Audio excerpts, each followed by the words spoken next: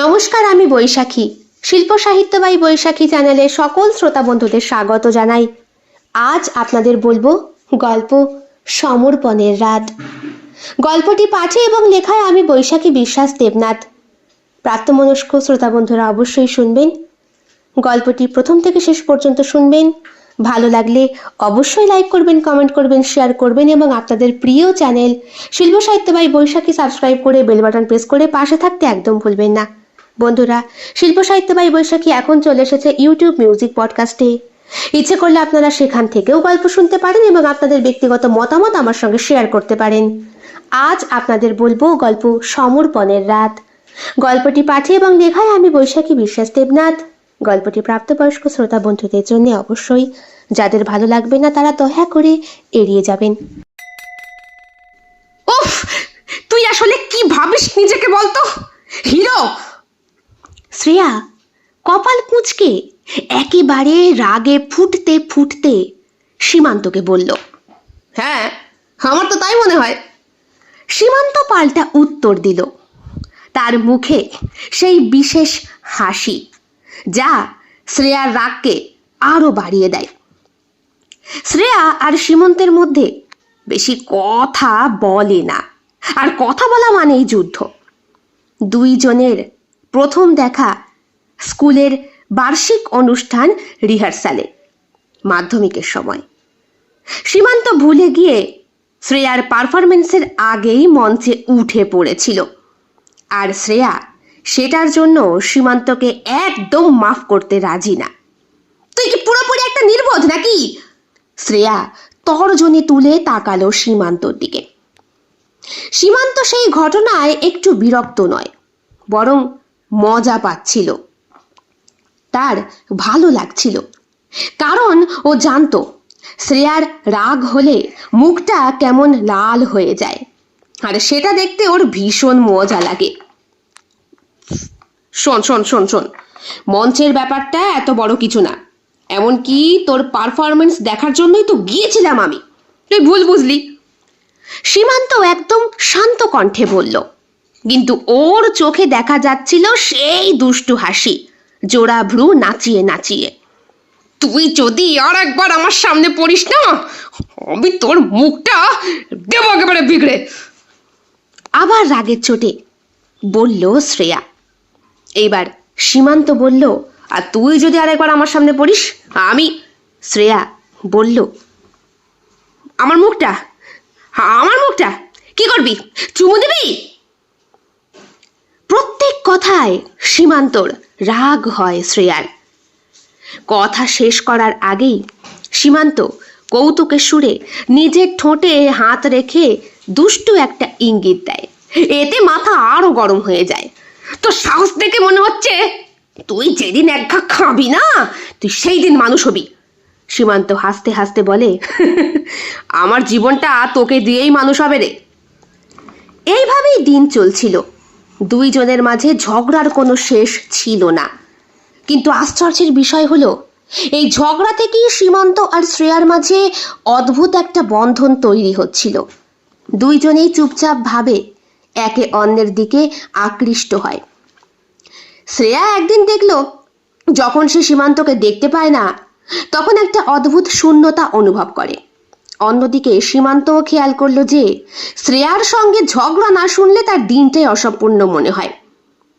শ্রেয়া আর সীমন্তের এই ঝগড়াই হয়ে গেল তাদের কথোপকথনের মূল মাধ্যম।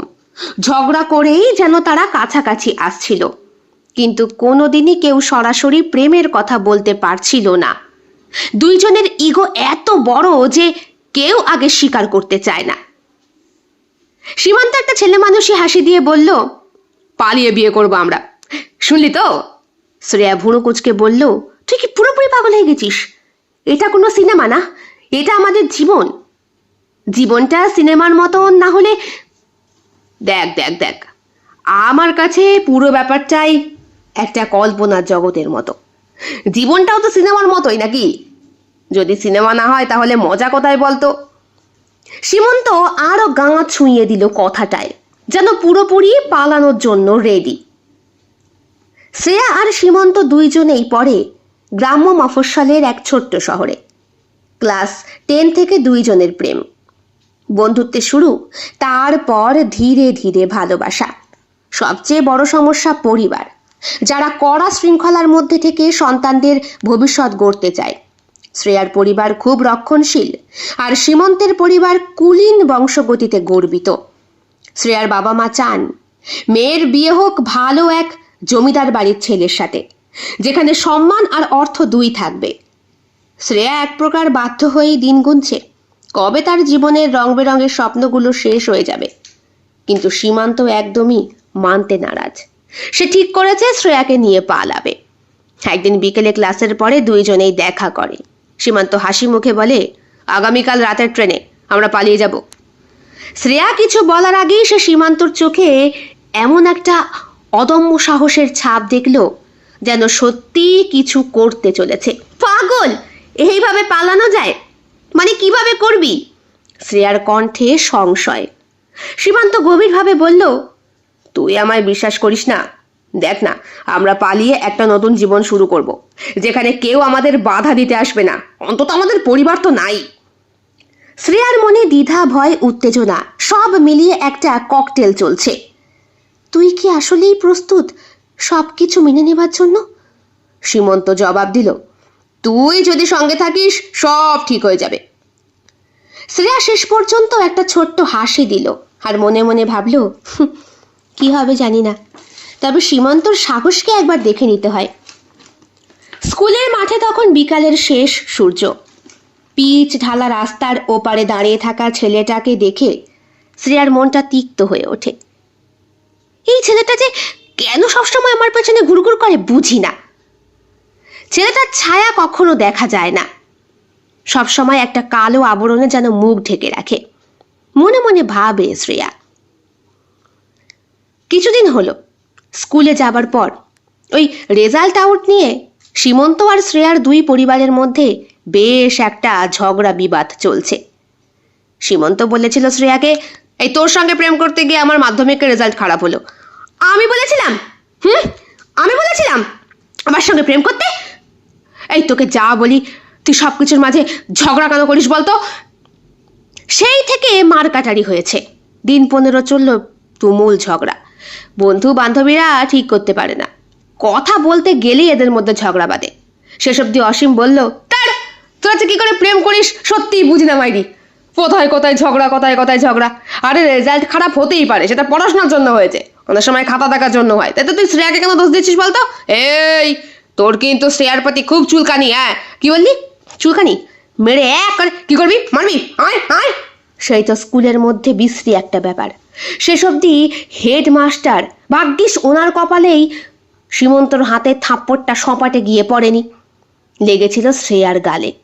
ব্যাস, অভিমানী শ্রেয়া সেই থেকে সীমন্তর সাথে কথা বলা বন্ধ করে দিয়েছে। সীমান্তও নাছোড়বান্দা, স্কুলে না গেলেও ওই অন্ধকারের অবয়বে যেন বোরখা দিয়ে মুখ ঢেকে শ্রেয়ার পিছু নেয়। মাঝে মধ্যে শ্রেয়ার খুব রাগ হয়, দেখেও নাচেনার ভান করে বলে, সবসময় ঘুরঘুর করবে আমার পেছনে, যত সব। সীমান্তর অবশ্য কিছুই আসে যায় না। নতুন ক্লাসে উঠে সে যেন পুরো হিরো হয়ে গিয়েছে। তার মতো সাহসী বুদ্ধিমান ছেলে বোধহয় আর কেউই নেই। বেশ কদিন ধরে শ্রেয়ার পেছনে গুড়গুড় করার পর পাত্তা না পেয়ে ক্লাস 11-এ ভর্তি হওয়া নতুন মেয়ে শকুন্তলার প্রতি একটু ঢলে পড়েছিল সে। কিন্তু সে জানে তার সবচেয়ে মজার প্রতিপক্ষ এই মিষ্টি মুখের মেয়েটা শ্রেয়া, কারণ এই মেয়েটির সাথে ঝগড়া করতে সীমান্তর সবচেয়ে বেশি মজা লাগে। শোন, তুই আমার থেকে ভালো স্কোর করেছিস, তাহলে আমাকে নিয়ে এত চিন্তা করিস কেন? হ্যাঁ, সীমান্ত হেসে বলে। রোদের আলোতে তার চোখগুলো মটরশুঁটি রাঙা হয়ে ওঠে। তুই কি জানিস না, আমি তোর মতো বাচ্চা ছেলেদের সাথে একদম কথা বলি না, আর সহ্য করতে পারি না। আমার পেছনে পেছনে কেন আসছিলি? সেই জন্যে আজকে বাপিকে বলে আমি বডিগার্ড নিয়ে এসেছি। ও, আমার এত চিন্তা তোর? কি থেকে কি হয়ে গেল? বডিগার্ড ছেলে দুটো সীমন্তর কলার ধরে টেনে এনেছিল ওর সামনে। সীমন্ত চট করে বলে, তুই আমায় নিয়ে এত চিন্তা করিস? দেখছিস আমি দাঁড়িয়ে রয়েছি ওইখানে, যদি আমাকে সাপখোপ কামড়ায়। শ্রেয়ার চোখ আরো বড় বড় হয়ে যায়। তুই নিজেকে কি মনে করিস বলতো? হ্যাঁ, আমি ফার্স্ট হয়েছি আমার জন্য, কষ্ট করে, তোর জন্য না। আর বেশ করেছি, তোর ক্লাসে ফার্স্ট হয়েছি। যা। তার সেই পরিচিত রাগ। না না, আমি জানি তো তুই কষ্ট করতে ভালোবাসিস, আর এই রাগের কারণেই তো তুই এত সুন্দর। সীমান্ত হেসে উড়িয়ে দেয় তার কথা। শ্রেয়া চমকে উঠে বলে, সুন্দর? তুই কি পাগল? আমি তোর সাথে কেন কথা বলছি কে জানে? বলে দ্রুত চলে যায় সে তার বডিগার্ড দুইজনকে নিয়ে। বডিগার্ড নেছে দেখো, পাছায় লাথি মারলে ছিটকে গিয়ে 10 হাত দূরে পড়বে। এই তোর বাপের টাকা বেশি হয়ে গেছে বল, তাই এগুলোকে পুষছে। খবরদার আমার বাপ তুলে কথা বলবি না কিন্তু। কি করবি কি করবি? আমি তোকে জুতো দিয়ে। পায়ের জুতো খুলতে যাচ্ছিল শ্রেয়া, অমনি জল কাদায় জুতো আটকে গিয়ে সাদা জুতো কাদা হয়ে যায়।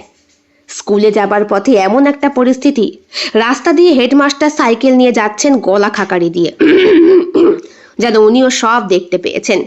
সীমান্ত থামলো না, পেছন থেকে বলল, তুই কি জানিস, তোর ওই রাগটাই আমার সবচেয়ে বেশি ভালো লাগে। এই তুই রাগলে না, তোর এই রাগটা না দেখলে আমার দিনটা একদম খালি লাগে রে।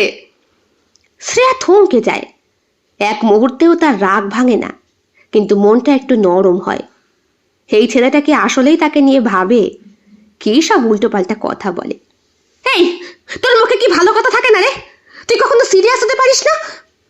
সীমন্ত এবার গম্ভীর হয়ে বলে, একটা জিনিস নিয়ে আমি খুব সিরিয়াস। কি? তুই। শ্রেয়ার চোখ বড় হয়ে যায়, আর কোনো কথা খুঁজে পায় না সে। সেই ছেলেটা যাকে সে এতদিন শুধুই ঝগড়াটে মনে করত, তার চোখে সেই দুষ্টু ঝিলিকের মধ্যে যেন কিছু একটা গভীর ভাব আছে। শ্রেয়ার সীমন্তর দিনগুলো ঝগড়ার মধ্যেই চলতে থাকে। যতবার সীমান্ত শ্রেয়ার সামনে আসে, কিছু না কিছু ঘটেই ঝগড়া বাঁধে। একদিন স্কুলের শেষে শ্রেয়া ক্লাস থেকে বের হতে যাবার সময় সীমান্ত আবার ওর সামনে উড়ন্ত পাখির মতো এসে হাজির হয়। তুই আজকে আবার কি ফোন দিয়ে এসেছিস? শ্রেয়া বিরক্ত গলায় বলে। সীমান্ত কিছু না বলে একটা ছোট্ট নোট ওর হাতে দেয়, তোর জন্য এটা, বলেই দ্রুত পাশ কাটিয়ে চলে যায়।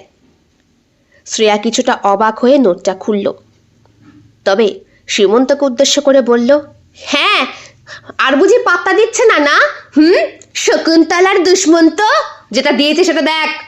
বলতে বলতে সীমান্ত এগিয়ে গেল।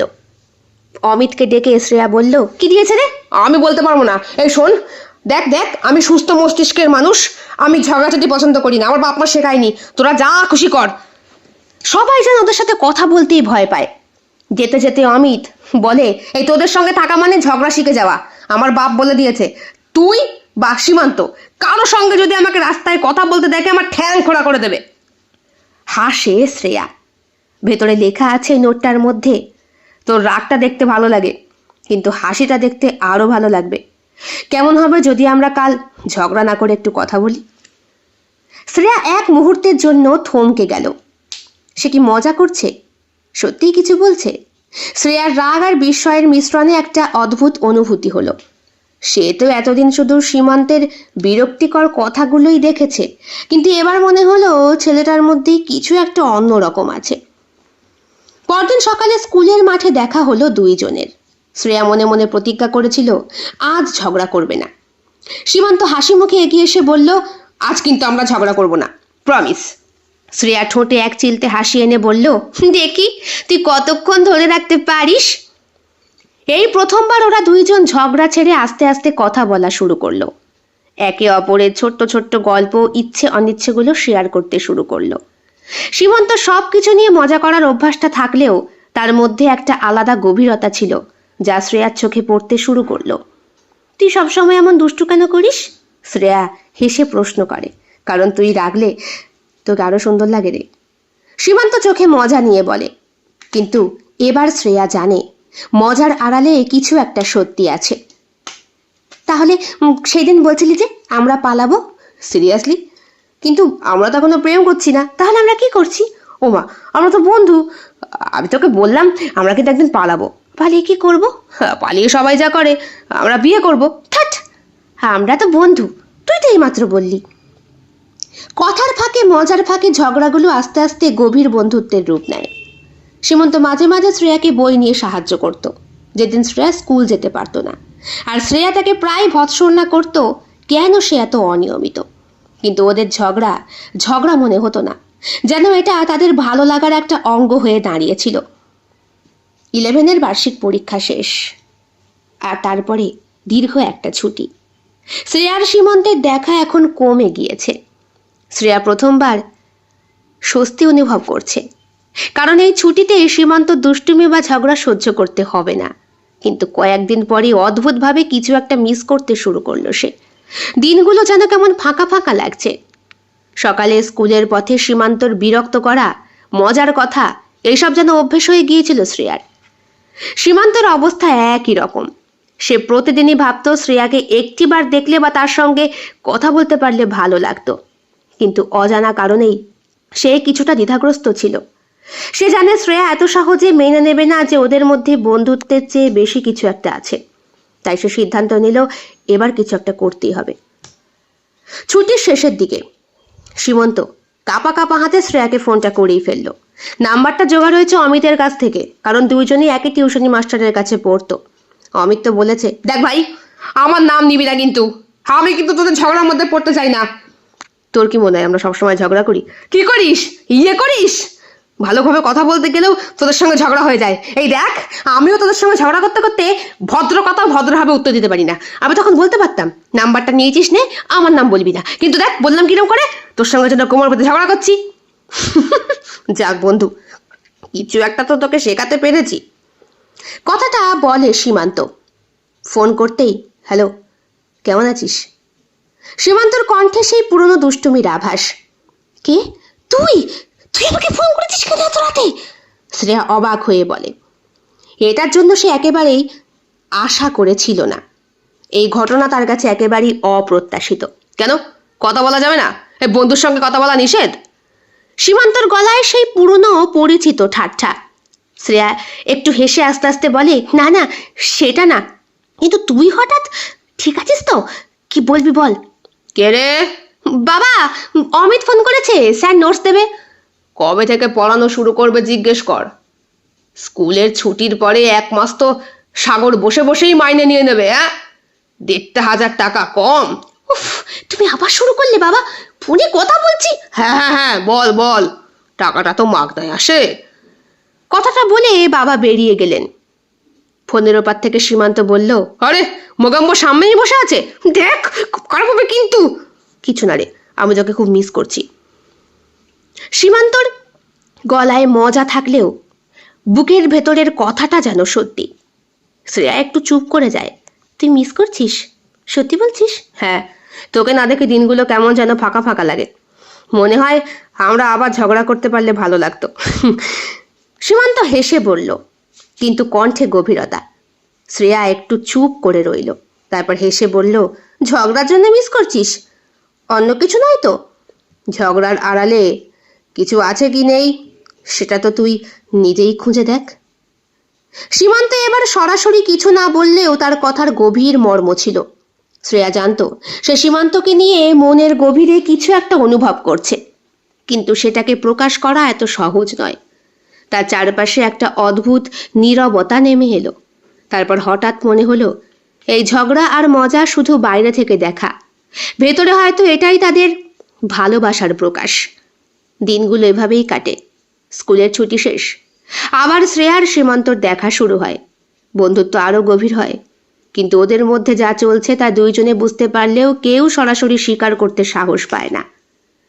একদিন শ্রেয়া তার মনের অস্থিরতা নিয়ে সুমিকে, অর্থাৎ তার সবচেয়ে ভালো বান্ধবীকে সব কিছু বলে। তুই জানিস, আমার আর সীমন্তর মাঝে না কিছু একটা চলছে। আমি জানি না এটা কি, কিন্তু মনে হচ্ছে আমরা শুধু ঝগড়া করি, কারণ ভেতরে কিছু একটা আছে আমাদের। শ্রেয়া লাজুক ভাবে বলে। সুমি হেসে বলে, আরে ধুর, তোরা প্রেমে পড়েছিস, সেটা ঝগড়া দিয়েই হোক বা অন্যভাবে। আরে সীমান্ত, ও তো তোকে নিয়ে সারাক্ষণ ভাবছে, আমি জানি। শ্রেয়া একটু লজ্জা পেল, কিন্তু আমি তো তাকে কিছু বলিনি। ও যদি সত্যিই ভাবে, সেটা কিভাবে জানবো? সুমি তখন মজা করে বলল, তাহলে তোরা পালিয়ে গিয়ে বিয়ে কর, তোদের পালিয়ে যাওয়া উচিত। পাগল নাকি? কি বলছিস? শ্রেয়া ভয়ে আর লজ্জায় প্রায় চিৎকার করে ওঠে। শুধু মজা করলাম, কিন্তু শোন, সত্যি যদি তোরা ওর সঙ্গে কিছু করতে চাস, তাহলে একটু এগিয়ে গিয়ে ওকে সরাসরি বলে দে না। সুমি হেসে বলে। শ্রেয়ার মাথায় যেন নতুন একটা চিন্তা ঢোকে। পালিয়ে বিয়ে করার কথাটা বহুদিন আগে সীমান্ত বলেছে, তবে বিয়ে না, বলেছিল আমরা পালিয়ে যাব। তবে আইডিয়াটা বেশ মজার, ধীরে ধীরে একটা রোমাঞ্চকর চ্যালেঞ্জ যেন। কিন্তু সীমান্তকে কিভাবে বলবে সেটা? শ্রেয়া সিদ্ধান্ত নিল এবার সে একটা বড় পদক্ষেপ নেবে। অর্থাৎ সীমান্ত সেই দিনই শ্রেয়াকে ভালোবাসার কথাটা বুঝিয়ে দিয়েছিল এই পালিয়ে বিয়ে করার জন্য। বাড়িতে তো কোনো দিনই মানবে না ওদের। শোন, আমি তোকে একটা কথা বলতে চাই। কি? দেখ, তুই আমাকে একদিন বলেছিলি না আমরা পালিয়ে যাব? হ্যাঁ, যাব বলেছিলাম তো। কিন্তু পালিয়ে কি করব? পালিয়ে কি করব? আমরা বিয়ে করব, তাহলেই হবে। সীমন্ত কথাটা বলেই শ্রেয়ার দিকে তাকিয়ে থাকে। শ্রেয়া বলে, বিয়ে করব কেন? পাগল, তুই এখনো বুঝিস না? তাহলে কি তোরা সত্যিই পালিয়ে যাচ্ছিস? সুমি হাসতে হাসতে বলে। আরে তুই? আর বলিস না, আমার বান্ধবী তোর প্রেমে হাবুডুবু খাচ্ছে। তাহলে তো আর কোনো উপায় নেই। কারণ কারণ একটাই রে সুমি, সীমান্তকে বাবা মা কখনোই মানবে না। আমার ক্ষেত্রেও তো তাই রে। শ্রেয়া আর সীমন্ত দৃঢ়ভাবে কথাটা বলে। আচ্ছা, তাহলে আজকেই না হয়। কিন্তু তাহলে কি করবি? বলি, একটা বছর অপেক্ষা করি, অন্তত উচ্চ মাধ্যমিকটা দিয়ে। হ্যাঁ হ্যাঁ, তোরা তাই কর। পেছন থেকে অমিত এসে হাজির হয়েছে। তুই কোথায় ছিলি? আমি তো শুনছিলাম তোদের কথা। তোরা পালিয়ে বিয়ে করলে সুমির সঙ্গে আমার লাইনটাও ক্লিয়ার হয়। হো গুরু, কবে থেকে? সেই ক্লাস 8 থেকে রে। এই বলে হাসাহাসি করে সবাই। সীমান্ত বলে, তাহলে 1 বছর। কিন্তু 1 বছর যে আমাদের মধ্যে প্রেম থাকবে? মানে কি বলছিস? সুমি ভ্রুকুটি করে বলে। অমিত কাছে এগিয়ে এসে বলে, আর বলিস না, একটা শঙ্কাবোধ কাজ করছে।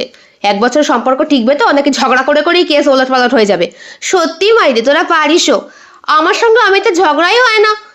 আমি ঝগড়া করলে ও ঠিক চুপচাপ থাকে, আর তোরা সাপে নেউলে। না না না, তোরা বরং বিয়ে করার আইডিয়াটা ক্যান্সেল কর। না না না, একবার যখন সিদ্ধান্ত নিয়েছে, তাছাড়া দেখ সুমি, আমি শ্রেয়াকে ছাড়া এক মুহূর্ত ভাবতে পারি না। শ্রেয়া প্রথমবার দেখতে পায় সীমান্তর মধ্যে ভালোবাসাটা। একটা বছর যেন কোথা থেকে চলে যায় ওদের। উচ্চ মাধ্যমিকের রেজাল্ট তখনও আউট হয়নি। রেজাল্ট আউটের আগে পরীক্ষা হওয়ার পরে ছুটি পড়ে বেশ কয়েকদিন। সীমন্ত তার বাড়িতে মিথ্যে অজুহাত দিয়ে পালানোর জন্য প্রস্তুতি নিচ্ছে। দুইজনের উত্তেজনা আর ভয় মিলে একটা অদ্ভুত অনুভূতি কাজ করছে। স্কুলের ফলাফল বের হওয়ার পরের দিন তারা পালানোর সিদ্ধান্ত নেয়, কারণ ওই দিন কেউ কিছু সন্দেহ করবে না। ভালো রেজাল্ট করেছে সকলে, একটা পার্টি হবে তো। কিন্তু সমস্যা হলো ওই ছোট্ট গ্রামের মধ্যে ওদের প্রেমটা ষড়যন্ত্রের মতো ফাঁস। শ্রেয়ার ছোট ভাই রোহিত ব্যাপারটা টের পেয়ে যায়। সে তার মা বাবার সামনে মজা করে বলেই ফেলে, দেখো দিদি তো পালিয়ে বিয়ে করবে। শ্রেয়া ফোনে কথা বলছিল সীমন্তর সঙ্গে। বাড়ির লোকজন প্রথমে সেটা মজার মধ্যে নেয়, কিন্তু তারপরে তারা বুঝতে পারে যে কিছু একটা সিরিয়াস হতে পারে। বিশেষ করে শ্রেয়ার মা ব্যাপারটা নিয়ে সন্দেহ শুরু করে।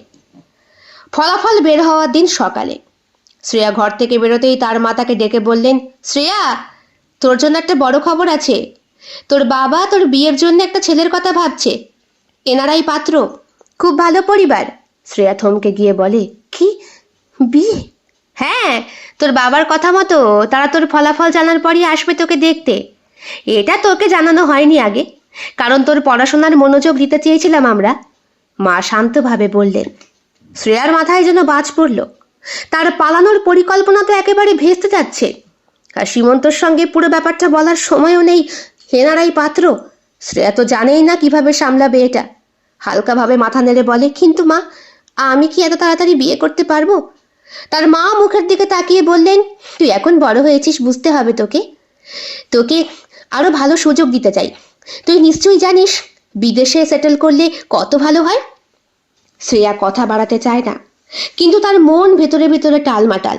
সীমান্তকে সে ভালোবাসে, আর এইভাবে অন্য কোনো ছেলের সঙ্গে বিয়ে করার চিন্তাও সে করতে পারে না। এখন কি করবে? রেজাল্ট বের হওয়ার সঙ্গে সঙ্গে শ্রেয়া দেখল তার পরিবার ভীষণ আনন্দিত। তার বাবা এনআরআই পাত্রের পরিবারের সাথে কথা বলে ফেলেছে। সীমন্তর কাছ থেকে একবার ফোন এলো, তুই রেডি তো? আমরা ঠিক সময় কিন্তু রওনা দেব আজ রাতে। শ্রেয়া কিছুক্ষণ চুপ করে রইল, তারপরে ধীরে ধীরে বলল, সীমান্ত, আমরা হয়তো পালাতে পারবো না। আমার পরিবারে সব কিছু জেনে গিয়েছে। কি বলছিস তুই? সীমান্ত ভীষণভাবে চমকে যায়। তার মুখের রাগ আর হতাশা শ্রেয়া ফোনের ওপার থেকেই বুঝতে পারে। বাবা আমার জন্য এনারাই পাত্র ঠিক করেছেন, আজকেই দেখতে আসছে তারা। শ্রেয়ার কণ্ঠে কষ্ট ধরা পড়ে। তাহলে তুই কিছুই করতে চাস না? এতদিন ধরে আমরা যে প্ল্যান করলাম সব ভেস্তে যাবে। সীমন্ত রেগে বলে। সীমান্ত, তুই বুঝতে পারছিস না, আমি কি চাইছি এরকম কিছু হোক? কিন্তু তুই ভাবতো আমি পালিয়ে গিয়ে সব ছেড়ে কি পারবো? তুই তো কিছু করিস না। আমি জানি না আমার পরিবারও কি করবে তোকে নিয়ে। শ্রেয়া প্রায় কাঁদো কাঁদো গলায় বলে। সীমান্ত চুপ করে যায়। সে জানে শ্রেয়া সহজে এই সিদ্ধান্ত নিতে পারবে না।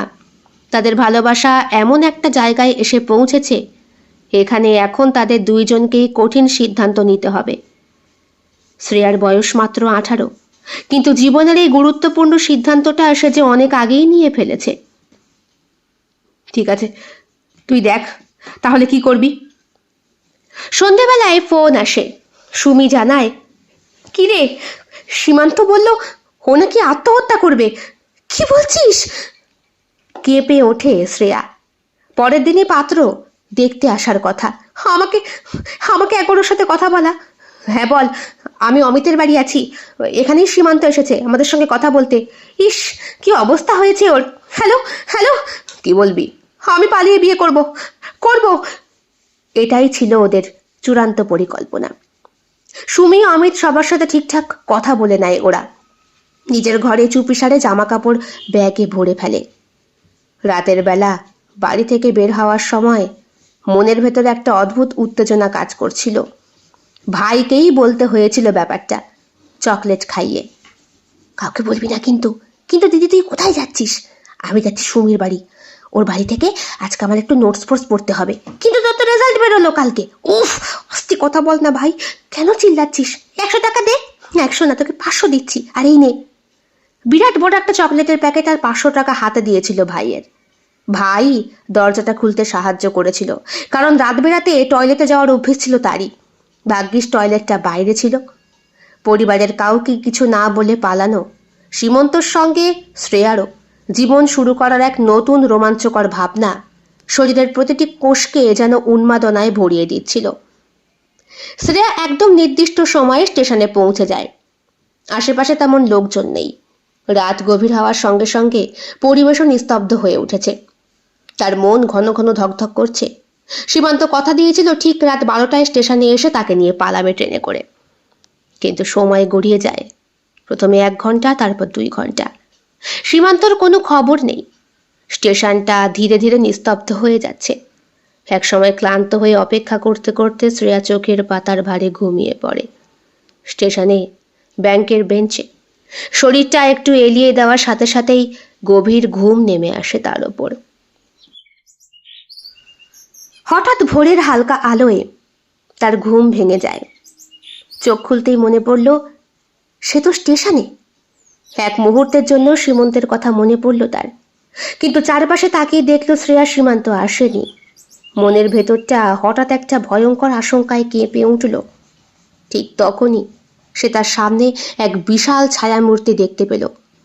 রক্তবর্ণ চোখ নিয়ে তার বাবা তার সামনে দাঁড়িয়ে। শ্রেয়া প্রথমে কিচ্ছু বুঝতে না পেরে হতবুদ্ধি হয়ে গেল, কিন্তু তার বাবার চোখের ভয়াবহ রাগ আর হতাশা এক নিমেষে বুঝিয়ে দিল সব। তুই কি জানিস তুই কি করতে চলেছিলি? তার বাবার কণ্ঠে সেই গর্জন। তার কণ্ঠে রাগের সঙ্গে এক ধরনের কষ্টও মিশেছিল। শ্রেয়া কিছু বলতে পারছিল না। তার মনে হচ্ছিল পুরো পৃথিবীটাই যেন বন্ধ হয়ে গেছে। বাবার সামনে দাঁড়িয়ে ভয়ে জমে থাকা শরীরে কিছু করার সাহস পাচ্ছিল না সে।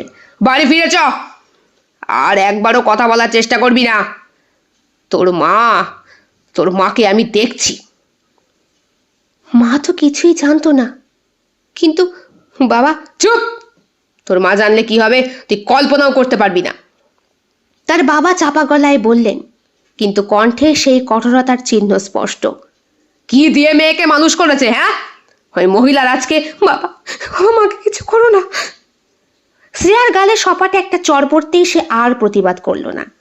মাথা নিচু করে গলায় যেন কিছু আটকে গেছে, তার কণ্ঠ সেইভাবেই রুদ্ধ হলো। সে জানতো যা ঘটেছে সেটা তার চূড়ান্ত ভুল। সীমান্ত আসেনি, কিন্তু বাবা তাকে ঠিক খুঁজে বার করেছে। ভাগ্যিস একটা বড় রকমের ক্ষতি হয়ে যেতে পারতো শ্রেয়ার। আচ্ছা, গতকালকে তাহলে সবটাই কি সীমান্তর আড্ডা ছিল, যে আড্ডা দিয়ে ঝগড়া দিয়ে ও সব সময় শ্রেয়াকে ঢাকানোর চেষ্টা করত? গাড়িতে বাড়ি ফেরার সময় শ্রেয়া জানতো তার জীবনের একটা অধ্যায় আজ এখানেই শেষ। পথে বাবার সঙ্গে একটা কথা বলতে পারল না সে। বাবার মুখটা একবার তার দিকেও ফেরেনি। সে নিজেও বাবার চোখের দিকে তাকানোর সাহস পাচ্ছিল না। বাড়িতে পৌঁছানোর পর তার মা তাকে দেখে কিছু না বুঝেই জড়িয়ে ধরলেন, কিন্তু শ্রেয়া তার মাকে বলতে পারল না কিছুক্ষণ আগে সে কি করতে গিয়েছিল। তার মা জানে না তার মেয়েটা আজ বাড়ি না ফিরে কোথায় থাকতে পারত। সীমান্তর কোনো খবর নেই। একদিন 2 দিন কেটে গেল, কিন্তু সীমান্তর থেকে কোনো ফোন বা বার্তা এলো না। শ্রেয়ার হৃদয় ভেঙে চুরমার। সে ভাবল, সীমান্তকে সত্যিই তাকে ভালোবাসতো, নাকি এটা ছিল সম্পূর্ণ ভুল বোঝাবুঝি। শ্রেয়া আর কোনো প্রতিবাদ করেনি। বাবার মুখে যখন পাত্রের কথা শুনল তখন বুঝতে পেরেছিল যে তার নিজের মতামতের আর কোনো মূল্য নেই। সেই দিন স্টেশনে পালানোর পরিকল্পনা ভেস্তে যাওয়ার পর থেকেই তার জীবন যেন অন্য কেউ ঠিক করে দিচ্ছে। বাবা প্রচুর টাকা পণ দিয়ে মেয়ের বিয়ের ব্যবস্থা করলেন, কারণ শ্রেয়া বাড়ি থেকে এক রাতের জন্য নিখোঁজ থাকায় কথা জানাজানি হয়ে গিয়েছিল। সমাজের চোখে তার চরিত্রে যেন কালিমা লেগে গেছে। বিয়ের দিন শ্রেয়াকে অসংখ্য কটু কথা শুনতে হয়েছে বাড়ি থেকে। পাড়া প্রতিবেশী, আত্মীয় স্বজন সবাই যেন একে একে আঘাত করছে তাকে কথার মাধ্যমে, কিন্তু শ্রেয়া কিচ্ছু বলেনি। তার মনে হতো এ যেন এক অবধারিত শাস্তি, যা তাকে ভোগ করতেই হবে। মা কিছুই বললেন না। বাবা কেবল একবার চোখের জল মুছলেন। পাশে সুমি চুপচাপ দাঁড়িয়ে, তার চোখেও জল, কিন্তু মুখে কোনো কথা নেই। কমই তো বিয়ে বাড়িতে বেশ হাতাহাতি কাজ করেছে, কিন্তু সীমান্তর নামটা পর্যন্ত মুখে আনেনি। বিয়ের পর যখন সে শ্বশুর বাড়ি এলো, মনে হচ্ছিল একটা অচেনা জগতে এসে পড়েছে। নতুন পরিবেশ, নতুন মানুষ, তার ওপরে নানান নিয়ম নীতি। শাশুড়ি প্রতিটি ছোট কাজের দিকে খেয়াল করছেন, কেমন করে হেঁটে যাচ্ছে, কেমন করে মাথায় ঘোমটা দিচ্ছে, কতক্ষণ রান্নাঘরে থাকছে। শ্রেয়া কোনো প্রতিবাদ করে না। সে যেন ধীরে ধীরে সবকিছু নিজেকে মানিয়ে নেওয়ার জন্য প্রস্তুত। বিয়ের আগে যে কষ্ট ছিল তা এখন আরো গভীর হয়ে তাকে গ্রাস করছে। সীমান্তর কোনো খবর পায়নি সে। সীমান্ত তাকে কেন ফেলে গেল সেই প্রশ্ন আজও তাকে কুড়ে কুড়ে খাচ্ছে। কিন্তু এখন তার সামনে নতুন বাস্তবতা। এক অচেনা অজানা পুরুষের সঙ্গে আজ সে তার জীবনের গুরুত্বপূর্ণ অধ্যায় শুরু করতে যাচ্ছে। ফুলশয্যার রাত। সাদা ফুলে সাজানো বিছানায় শ্রেয়া শুয়ে আছে। চারপাশে মৃদু আলো, ঘরের ভেতরে স্নিগ্ধ সুন্দর সুগন্ধ ভাসছে, কিন্তু তার মন কাঁটার মতো বিঁধছে। যাকে সে ভালোবাসে সে পাশে নেই, বরং তার পাশে শুয়ে আছে এক অচেনা মানুষ, যে তার জীবন সঙ্গী হয়েও তার সাথে একদমই পরিচিত নয়, এক অপরিচিত ব্যক্তি। তার স্বামী অর্ক, বয়সে সামান্য বড়, চেহারায় যথেষ্ট সুদর্শন, কিন্তু তাতে শ্রেয়ার মন তৃপ্ত নয়। অর্ক অনেকক্ষণ ধরে তার দিকে তাকিয়ে থাকে, কিন্তু শ্রেয়া কোনো কথা বলে না। শ্রেয়া বুঝতে পারছে না কিভাবে শুরু করবে কথোপকথন। এমন পরিস্থিতিতে সে কোনোদিন পড়বে ভাবতেও পারেনি। সারা জীবন যার স্বপ্ন ছিল, তার জায়গায় আজ অন্য এক অপরিচিত মানুষ। যার স্বপ্ন এতদিন দেখেছিল শ্রেয়া, সেই মানুষটা নেই। অর্ক ধীরে ধীরে এগিয়ে এসে মৃদু স্বরে বলল, তোমার এই বিয়েতে ইচ্ছে ছিল না, তাই না? এই কথা বলেই শ্রেয়ার অনামিকায় একটা হীরের আংটি পরালো সে। শ্রেয়া মাথা নিচু করে বসে রয়েছে। অর্ক চোখে এসে পড়তে পারল একটা বিষণ্ণতা। হয়তো অর্ক বুঝে গিয়েছে যে এই বিয়েটা দুইজনের নয়, শ্রেয়ার ইচ্ছের বিরুদ্ধে হয়েছে। আমি জানি তুমি বিয়েটা করতে চাওনি, আমারও ইচ্ছে ছিল না এইভাবে বিয়ে করতে। আমি চেয়েছিলাম তোমার সঙ্গে কথাবার্তা বলে, কিন্তু অর্ক কিছুটা কঠিন গলায় বলে। শ্রেয়া কিছুই বলে না, শুধু ফ্যালফ্যাল করে তাকিয়ে রইল। তার মনে হলো এই সম্পর্কটা কোনোদিন স্বাভাবিক হবে না। তার মনের কাঁটা যেন আরো গভীরে বিঁধতে শুরু করলো। অর্ক কিছুক্ষণ চুপ করে থেকে ধীরে ধীরে বিছানা থেকে উঠে দাঁড়ালো। আজ রাতে কিছু হবে না আমাদের মধ্যে। তুমি যথেষ্ট ক্লান্ত শ্রেয়া, বিশ্রাম নাও। আমি পাশের ঘরেই থাকবো, প্রয়োজন পড়লে অবশ্যই আমায় ডেকো, বলে দরজার দিকে এগিয়ে গেল সে। শ্রেয়া অবাক হয়ে তার দিকে তাকিয়ে রইল। সে কিছুই বুঝতে পারল না, শুধু মনে মনে ভাবল হয়তো আজ থেকে তার নতুন জীবন শুরু হচ্ছে, কিন্তু এই জীবনের শুরুটা এতটা কঠিন আর যন্ত্রণাদায়ক হবে সেটা সে কখনো কল্পনা করেনি। অর্ক ফুলশয্যার রাতের সেই ছোট্ট মুহূর্তেই এক অদ্ভুতভাবে শ্রেয়ার মনের গহীনে পৌঁছে গিয়েছিল। কোনো চাপে ফেলে নয়, বরং তার নিজের জায়গায় থেকে সম্মান দিয়ে ও সময় দিয়ে যেন অর্ক শুরু করেছিল এক নতুন সম্পর্কের বুনন। বিয়ের পর কয়েকটা দিন খুব শান্তিতেই কেটেছে। অর্ক তাকে কোনো চাপ দেয়নি। শ্রেয়া তার কাজগুলো নীরবেই করে যাচ্ছিল। অর্ক কখনো তার অসুবিধা হয়েছে কিনা কোনো কিছুতে এইটা জানতে চেয়েছে, কিন্তু অনুভূতিকে কখনো নিজের জোর খাটায়নি। ধীরে ধীরে সেই অপরিচিত মানুষের সাথে একটা সম্পর্ক শুরু হয়ে গেল শ্রেয়ার। সেটা স্বামী স্ত্রীর সম্পর্ক, বন্ধুর মতোই সম্পর্ক, যেন আরো গভীর সেই সম্পর্কের মাত্রা। বিয়ের কয়েকদিন পর অষ্টমঙ্গলায় শ্রেয়া যখন বাপের বাড়িতে যায়, তখন অর্ক আর শ্রেয়াকে দেখে বাবা মা খুব খুশি হয়। সুমি আর অমিতও এসেছিল। ওরা দুইজনই শহরে পড়াশোনা করার জন্য কলেজে ভর্তি হয়েছে। শ্রেয়া বলে, আমার আর পড়াশোনা হবে না রে। কি বলছিস? তুই এত ভালো রেজাল্ট করলি, অর্ক তাকে বলেই দেখ না। আসলে মানুষটা বড্ড গম্ভীর, কথা বলতে সাহস পাই না।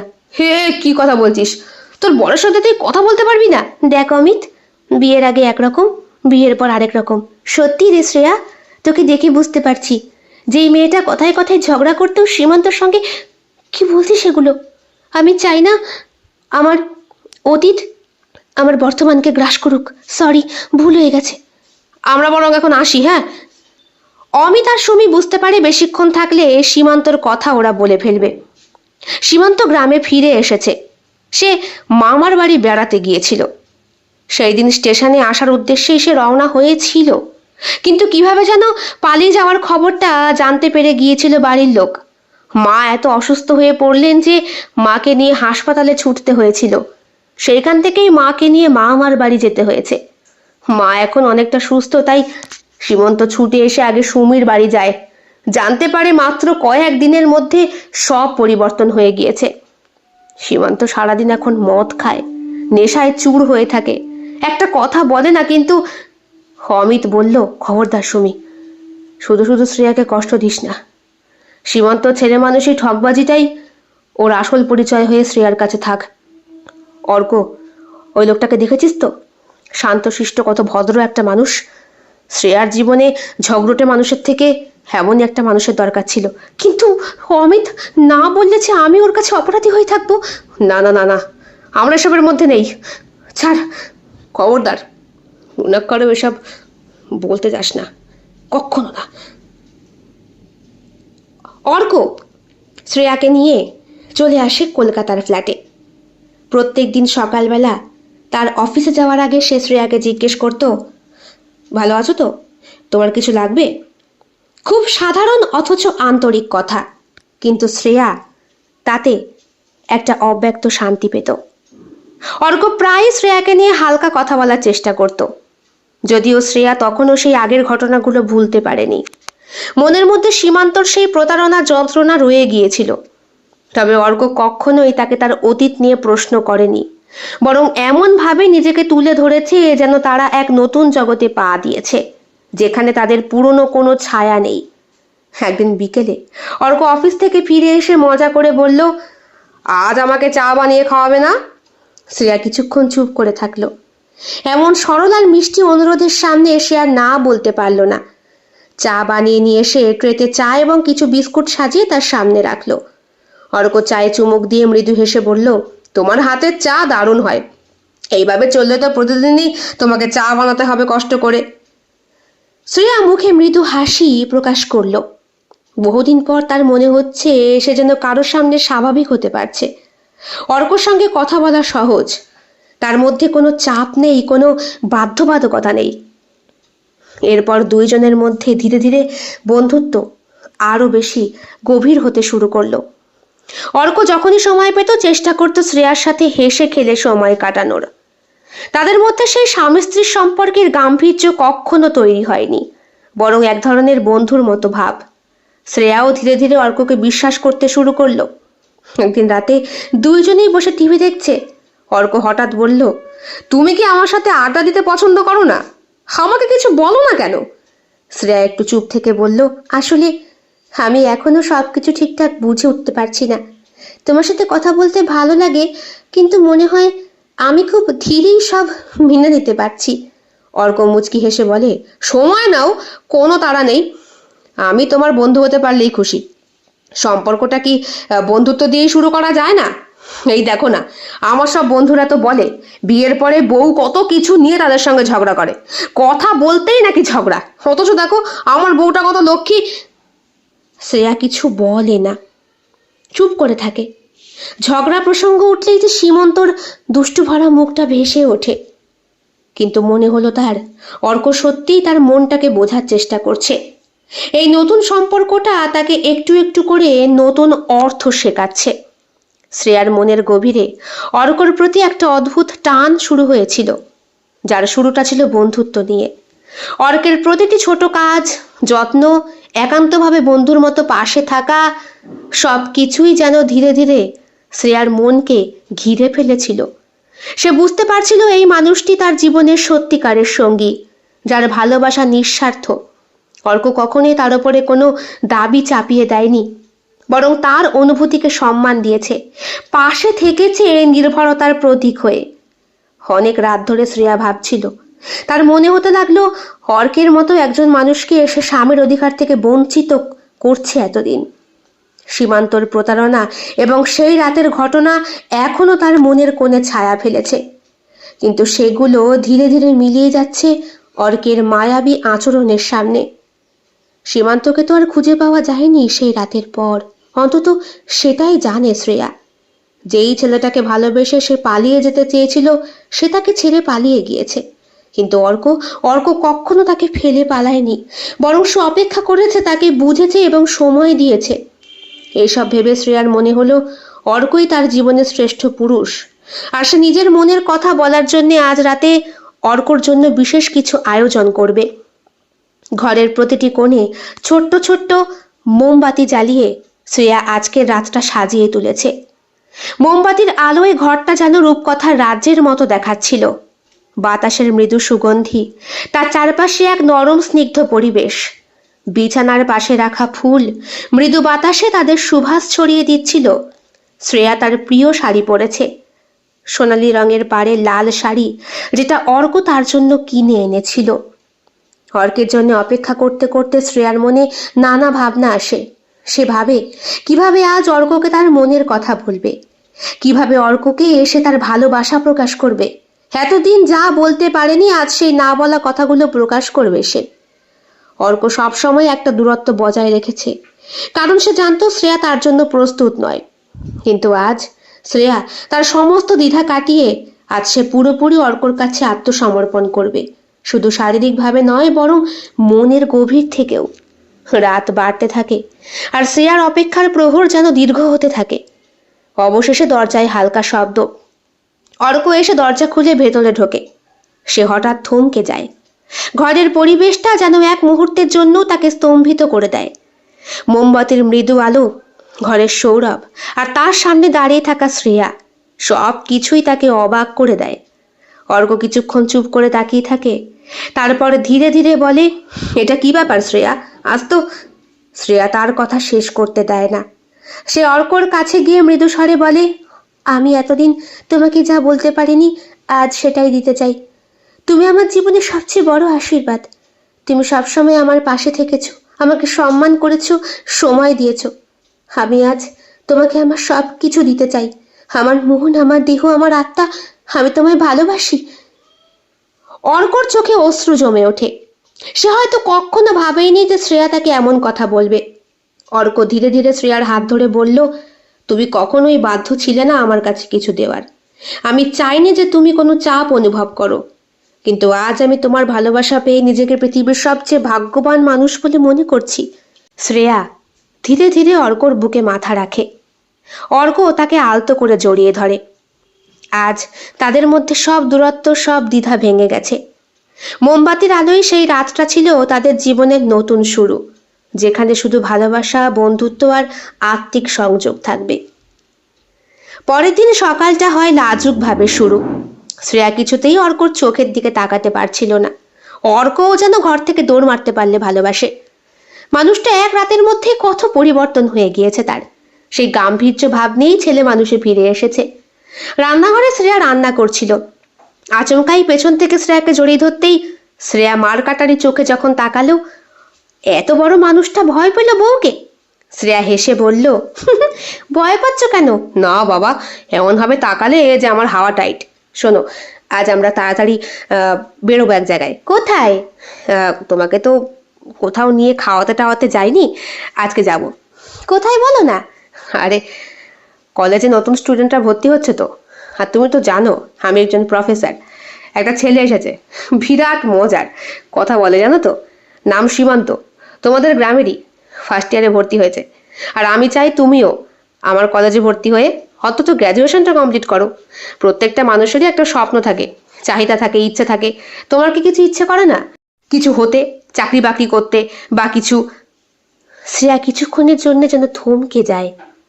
অর্ক শ্রেয়ার চোখের ভাষা হয়তো বুঝে উঠতে পারে। শ্রেয়াকে ছেড়ে বলে, কি হয়েছে শ্রেয়া? Any problem? ওই নামটা কখনো মুখে আনবে না। কোন নামটা? যেটা একটু আগে আনলে। তুমি কি ওই ছেলের সামনেই আমাকে নিয়ে যেতে চাইছিলে? সীমান্ত? ওই মজার ছেলেটা? ও মজার নয়, আমার সঙ্গে বেইমানি করেছে। ও একটা আস্ত বেইমান। বলতে গিয়েও শ্রেয়া যেন কথাটা বলতে পারলো না। হেসে বলল, ঠিক আছে, তুমি তাড়াতাড়ি চলে এসো, আমি তৈরি হয়ে নেব। আর তুমি যদি আমাকে পড়াশোনা করাতে চাও, আমি কেন করব না? জানো, ছেলেটার খুব দুঃখ। ওর প্রেমিকাকে নাকি ধোকা দিয়েছে। পালাতে গিয়েছিল দুইজনে, ভুল বোঝাবুঝি হয়েছে দুই প্রেমিক প্রেমিকার মাঝে। ওর নাকি মা অসুস্থ হয়ে গিয়েছিল, মামার বাড়ি গিয়েছিল। আসার পরে দেখে প্রেমিকার বিয়ে হয়ে গেছে। বলো কেমন মজার। কথাটা বলে নিজেই অর্ক চুপ হয়ে গেল, যেন বুঝতে পারলো কোথাও একটা ভুল হয়েছে। শ্রেয়ার বিষণ্ণতার কারণটা বোধহয় সীমন্ত নাকি। নিজেকে স্থির করে অর্ক বলল, রান্না হয়ে গেছে? হ্যাঁ, বসো দিচ্ছি। সেই দিনটা শ্রেয়ার মনের ভেতরে প্রবল টানাপোড়েনের মধ্যে চলে। এতদিন তো সে সীমান্তর জন্য অপেক্ষা করেছে, হঠাৎ কেন সেই অতীত ফিরে আসছে? সন্ধে হতেই অর্ক এসে হাজির, সুন্দর করে সাজিয়ে নিয়ে বেরো এসে। যেই রেস্টুরেন্টে ওদের দেখা করার কথা, সেখানে পা রাখতেই শ্রেয়া সেই মিষ্টি গন্ধটা অনুভব করে। সীমান্ত শুধু একা নয়, তার পাশে একটি মেয়েও বসে রয়েছে। অর্ককে দেখেই সীমান্ত উঠে এসে বলে, স্যার, এই যে নিয়ে এসেছি, আমার গার্লফ্রেন্ড হারিয়ে গেছিল, ঠিক খুঁজে পেয়েছি। অর্ক বলে, ও, এই তোমার গার্লফ্রেন্ড? আর আমি কিনা। কেন স্যার, আপনি কি ভাবলেন? আচ্ছা, আলাপ করিয়ে দিই, আমার স্ত্রী শ্রেয়া, এদিকে এসো। সিঁদুর পরা লাল শাড়িতে অপরূপ প্রতিমার মতো লাগছে শ্রেয়াকে। রেস্টুরেন্টে ঢুকে স্বামীর পাশে গর্বিত অবস্থায় বসে শ্রেয়া, হাতটা ধরে অর্কর শক্ত করে। অর্ক বুঝতে পারছে এই দুটো মানুষই একে অপরকে ভালোবেসেছিল, কিন্তু এখন দুইজনই বাস্তবতার মুখে দাঁড়িয়ে। আচ্ছা, তুমি সীমান্ত? হ্যাঁ। না, আপনাকে কি বলে সম্বোধন করি? আপনি আমার স্যারের ওয়াইফ। ঠিক আছে, নাম ধরে ডাকলেই চলবে। না না, নাম ধরে ডাকলে তো হবে না, ম্যাডাম বলবো। হ্যাঁ, ম্যাডাম বলবি, কি যে করিস না। নমস্কার ম্যাডাম, আমি আমি শকুন্তলা। হ্যাঁ, আমি চিনতে পেরেছি। আর বলবেন না ম্যাডাম, কত ভালোবাসতাম, পালিয়ে যাবো বলে ঠিক করলাম, তারপরে শুনলাম ওর নাকি বিয়ে হয়ে গেছে। কিরকম গুল গুল তার বলুন। কথা বলতে বলতে সীমান্ত সত্যিই পাগলের মতো হয়ে যাচ্ছিল। ভালোবাসার মানুষটিকে অন্য পুরুষের পাশে হাত ধরা অবস্থায় রাঙা সিঁদুরে দেখে যেন আবার মদ খেতে ইচ্ছে করছিল, আবার নষ্ট হতে ইচ্ছে করছিল। কিন্তু শকুন্তলা ওর হাতটা শক্ত করে ধরে বলল, বাদ দে না, অতীত অতীত। তুই যাকে ভালোবাসতি সে এখন ভালো আছে কিনা সেটাই বড় কথা। তাছাড়া তোর জন্য তো আমি পাগল রে। মানুষ তাকেই বেশি ভালোবাসে যে তার জন্য পাগল, বরং সে যাকে ভালোবাসে সেইটার কোনো মূল্য নেই। তার জন্যে যে পাগল, তাকে যে ভালোবাসে সেই ভালোবাসাই অটুট থাকে। একদম ঠিক বলেছ তুমি শকুন্তলা। এই যে আমার মানুষটা, আমার আত্মসমর্পণের মাধ্যম, আমাকে সব দিক থেকে রানী করে রেখেছে। শ্রেয়া আর সীমন্তর চোখের ভাষায় যেন একে অপরের কাছে করা সমস্ত অভিযোগের নিষ্পত্তি ঘটায়। শ্রেয়া যেন বলে তার চোখ দিয়ে, ভালো থাকিস রে, দূর থেকে দেখব, আর তুইও আমার সুখী জীবন দেখে আমাকে সবসময় ভালো থাকতেই বলিস। সীমান্ত বলে, তোকে এত ভালোবাসি যে তোর খারাপটা কখনো চাইতেই পারি না। সুমি আর অমিতের মুখে শুনে শকুন্তলাকে নিয়ে এসেছিলাম। শকুন্তলা যেটা করছে সেটা সম্পূর্ণ নাটক না বাস্তব বলতে পারবো না, তবে এই বুকে তুই ছাড়া আর কেউ আত্মসমর্পণ করতে পারবে না। শ্রেয়া লক্ষ্য করে সীমান্তর সেই জোড়া ভ্রুকুটি করার মাঝে ঠোঁটের দুষ্ট মিষ্টি হাসিটা, তবে হৃদয় থেকে শ্রেয়া সেই হাসিটার প্রতি আজ রাগও করছে না, বা কোনো অনুভূতিও যেন উপলব্ধি করতে পারছে না। শুধু একে অপরের চোখ দুটো যেন পরস্পরের ভালোবাসার কাছে সম্মান জানিয়ে সমর্পণ করে বলছে, ভালো থেকো প্রিয়। শেষ হলো আজকের গল্প। আমি আশা করি একটি নতুন অনুভূতি এবং ভাবনা নিয়ে ফিরে যাবেন আপনারা। প্রতিটি গল্প এবং চরিত্রের মধ্য দিয়ে আমি আপনাদেরকে একটি অনন্য ভ্রমণে নিয়ে যাবার চেষ্টা করেছি। এই কল্পনার জগতে আমরা একসাথে বিভিন্ন অভিজ্ঞতার সাক্ষী হয়ে উঠলাম। আপনারা যদি এই গল্পগুলো উপভোগ করে থাকেন এবং কিছু ভাবনার খোরাক পেয়ে থাকেন, তবে অবশ্যই আমার পরবর্তী কল্পনার গল্পের জন্য অপেক্ষা করবেন। ধন্যবাদ, এবং এই যাত্রা আপনাদের অবশ্যই অব্যাহত রাখুন। কেমন লেগেছে আজকের নিবেদন? কমেন্ট বক্সে কমেন্ট করতে একদম ভুলবেন না। ভালো লাগলে অবশ্যই লাইক করবেন, শেয়ার করবেন, এবং আপনাদের প্রিয় চ্যানেল শিল্প সাহিত্য বাই বৈশাখী সাবস্ক্রাইব করে বেল বাটন প্রেস করে পাশে থাকবেন বন্ধুরা। দেখা হবে আগামীকাল অন্য আরও একটি ভিন্ন স্বাদের গল্পের সঙ্গে। সকলে খুব ভালো থাকবেন, সুস্থ থাকবেন, পরিবারকে নিয়ে ঈশ্বরের কাছে এটাই কামনা করি। শুভরাত্রি।